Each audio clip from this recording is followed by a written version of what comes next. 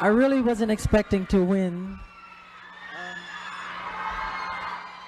Thank you again, Teddy Riley, the public. I love you very much. Thank you.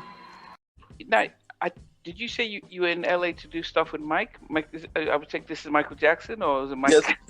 Yeah, yes, sir. Well, so when Mike got the first little case with the kid thing, we were working on the Addams Family movie soundtrack. Yes. Okay. That was, we were working on that. That's the first time I met him. So, we were working on that project, and we were kind of deep into it when that situation happened, and so that's when we were out working with Mike on. That's when I got the first chance to work with him. What song was it that you did with him? It's called Family Thing. I've been trying to get Ted to get people to release that record forever, man. Oh, so he actually laid down vocals on it? Oh, the record was pretty much maybe about 80% done. Oh. You know what I'm saying? It's like it's thing house. It's a family thing. I mean, really fit the sound. I mean, fit the movie great. You know what I'm saying? Okay. That's so they end up getting MC Hammer to do. The family to replace it, but it was. Man, it was. I mean, like I said, I always try to get Teddy to man, bring that record back, bring that record out, man. Do something. Let's get that record released. Yeah. But I still haven't. I guess I don't know if the movie company had rights to it or what. Okay. Yeah. What did it sound like? I mean, was it like Dangerous or Remember the Time, or what would you think it should sound like?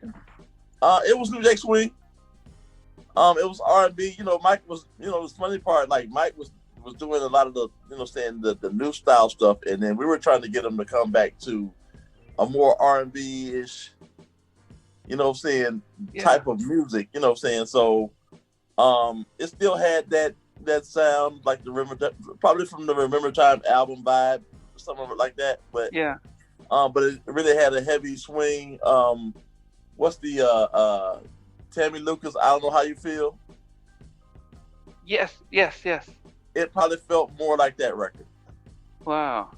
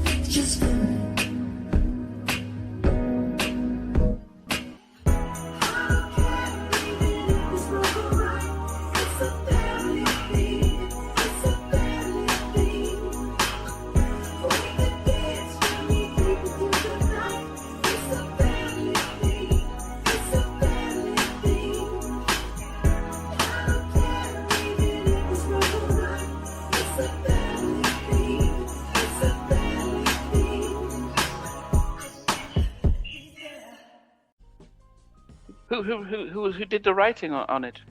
Mike actually did the writing. We went out and we had the beat. We put the beat down, and we went out, and then he came in. Mike, Angela, Renee from Angela and Renee. Yeah. You know what I'm saying? So he was on the project. First time I ever met Bruce Sweetie, he was during that time.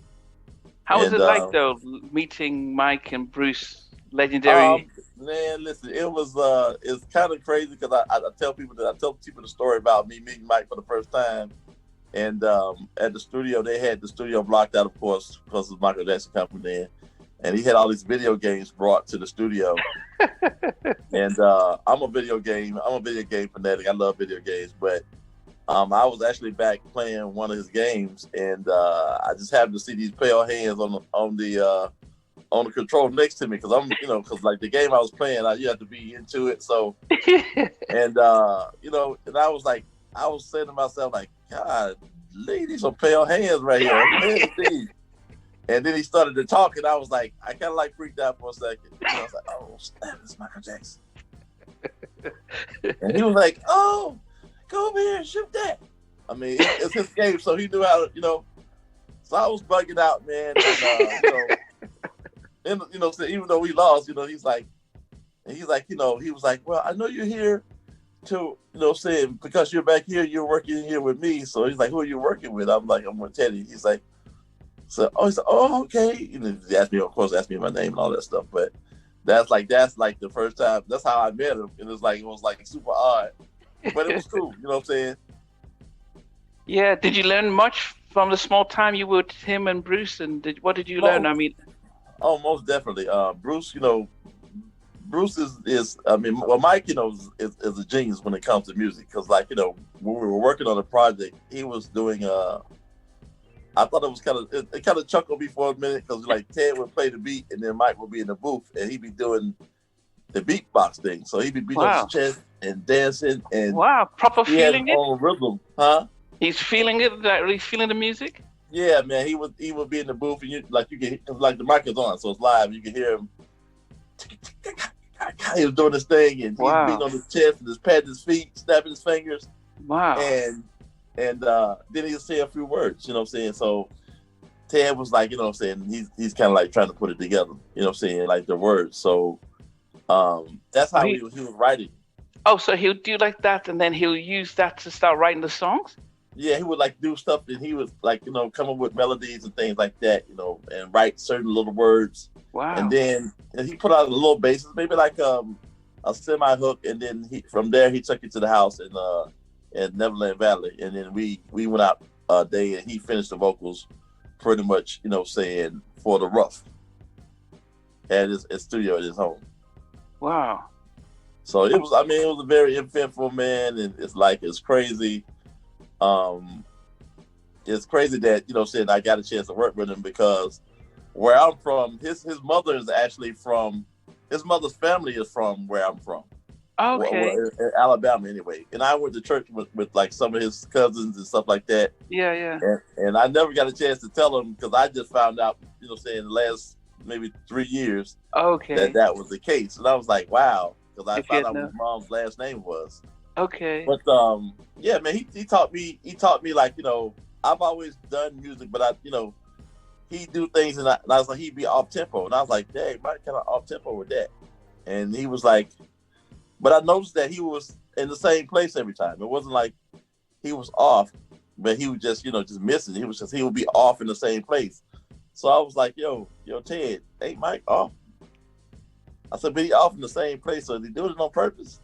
And so when he came out of the booth, I asked him about that process. And he was like, well, music is a circle. So, music is a circle. It's like where you put something on the beat is kind of like where you lay it at. You know what I'm saying? So, normally, you 1 2 1 2, 1 2 3, that kind of beat. But he's like this, 1 2, like that. So he would put stuff like really late, or you know what I'm saying. But he laid these intricate harmonies over it, and just felt so crazy. Wow. I mean, and I guess. You've had one of the few people who've actually, recorded him and stuff like that, and we've only been privileged to watch him on TV or maybe luckily at a concert. But the guy behind the scenes, so he's not, he's not playing with chimpanzees. The actual man. guy in the Like, studio. I mean, he's the hard. like, As an he's a engineer really, and a producer, what was it like for you just seeing that and then learning that and then taking that on compared to when you're working with other artists? Well, like I say, with him, it was like super comfortable because he was like really into the people that were in the room. So like, if other people value your opinion, like, so say I'm Teddy's like a producer. So he like, would ask me little things about, saying what I thought about, what was going on. So I thought that was, saying for me, it was, super fabulous, but I thought it was interesting because, he's Michael Jackson. So I'm a new producer. I'm still kind of new, but I'm like, he really asking me my opinion. And like, he and I kind of hit it off, and like, man, he bought me my first PlayStation. Are you kidding me? Wow. Yeah, man. It's like, so we kind of hit it off, and like, so after we did that, he would always call the studio, and he always asked for Ted. Future? And then he asked for Ted. He always asked for Ted by Theodore, which I thought was hilarious. Oh, Theodore. He would laugh about it, and, but he knew my voice, which I thought was super cool. And so, and so it's like that whole experience for me was like, saying, after you work with Michael Jackson, saying like, the rest is yeah. I mean, and I guess that the reason I asked about that is because you then have worked with other artists, from Blackstreet to Terrell and Usher and Case and all that. But then, do you then think, I've worked with Mike, and if somebody's, saying, look, man, I can't record today, I'm coming back tomorrow, do you think, wait a minute, the best, the most successful recording artist in the world is very professional in his stuff, man. And you're just acting up, and I mean, he was dedicated until, things had started happening. It's like, okay, one day he'd be in the studio, and then the next day he'll be in China. Yeah. You know what I'm saying? Like, it's like, yo, we're supposed to be in the studio with Mike. Okay, well, he's in China right now. And we'll call on the phone like, oh, sorry, guys. And so it's like we had to deal with that part. And it's like, so that became, it's almost like the everyday artist. Like, some of them, they time their own time. They come to the studio or whatever. So he had little quirks like that made him kind of like, the human side of, what artists were. You know what I'm saying? But when he was in the studio, he was locked in. Okay. He was locked in. He was locked into the vibe, you know what I'm saying? And when we were working, it was like, okay, we working right now. And that's how he really carried it. It's like, there's a couple of times when once we came back to New York and we was working on the Blood on the Dance Floor album, you know what I'm saying? We were actually working on new stuff for that project. Oh. You know what I'm saying? But we ended up using like the Blood on the Dance Floor stuff. And we rehashed that, you know what I'm saying? I'm assisting on that because I didn't actually do that. That was actually done before me. Yeah. But, you know what I'm saying? I was assisting on the project, and he would come in and he was like, he would stop and get off the elevator. He's got the lumberjack mask on, the lumberjack thing on, which I thought was hilarious. He was like, it's like, Sprague, is everybody here working? And I was, because we had, you know how it is, like you got people around the studio. Yeah. So I had to get the guys, cleared out. You know what I'm saying? So that we can, so we could just have the people that were working in the studio. And he would go between the room that we had set up for Ted and Mike, and then like I had a little production room in the back that we had set up that, we just were just making, the ideas and snippets and stuff like that to play for them. Okay. Oh, so you guys was, because Blood on the Dance Floor came out, but it was just the old track, and then you had Ghost. Were you supposed to do more songs? We were supposed to do more songs. I mean, we were in New York, and we were in New York for about a month. So we were just there working. He had Hit Factory booked, like all the the old Hit Factory booked up, and then he had Sony booked up. So we had we were going between Hit Factory and Sony, and then we had the 100-piece orchestra at Sony, and then we had Hit Factory. So he would go between the two, and we were just bouncing ideas off of him to work on new stuff. But he ended up. What happened then? He didn't record any of them. I think he recorded a couple of records, but I mean, at the end of the day, he ended up using the Blood on the Dance Floor album, and I thought that you know what I'm saying, because we were trying to push him to the R&B thing, so we were like, hey, you know, Mike, let's go, you know what I'm saying, let's flip this project and let's go back kind of to a more R&B, you know, R&B edge, you know what I'm saying, the you know, the Billie Jeans and the, you know what I'm saying, that kind of project. And he was kind of vibing with it for a minute, you know what I'm saying? But like I said, they ended up, you know, I think he was also going through problems with Sony or something like that at the time, you know what I'm saying? So we just ended up, you know, putting that project out, and he just used that old record. Did he re-record the Blood in the Dance Floor, or was that the one? No, we didn't. No, well, he didn't record much. Like a couple of little parts he did, but it's like most of the vocal and everything was still there. From the just first kind of time like around. remixed it and added some new stuff to the beat, you know, so that was there. And like I said, the stuff that they were recording in Sony, I think that's the stuff I think they ended up using on the 2000 album with the Butterfly record and all that stuff.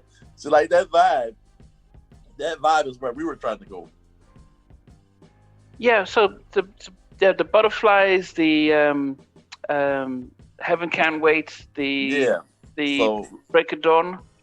Right, so we were trying to go there, like, so, and I don't like some of the stuff that's on there. There's none of the stuff that I remember that we did from the New York sessions. I don't think none of that stuff.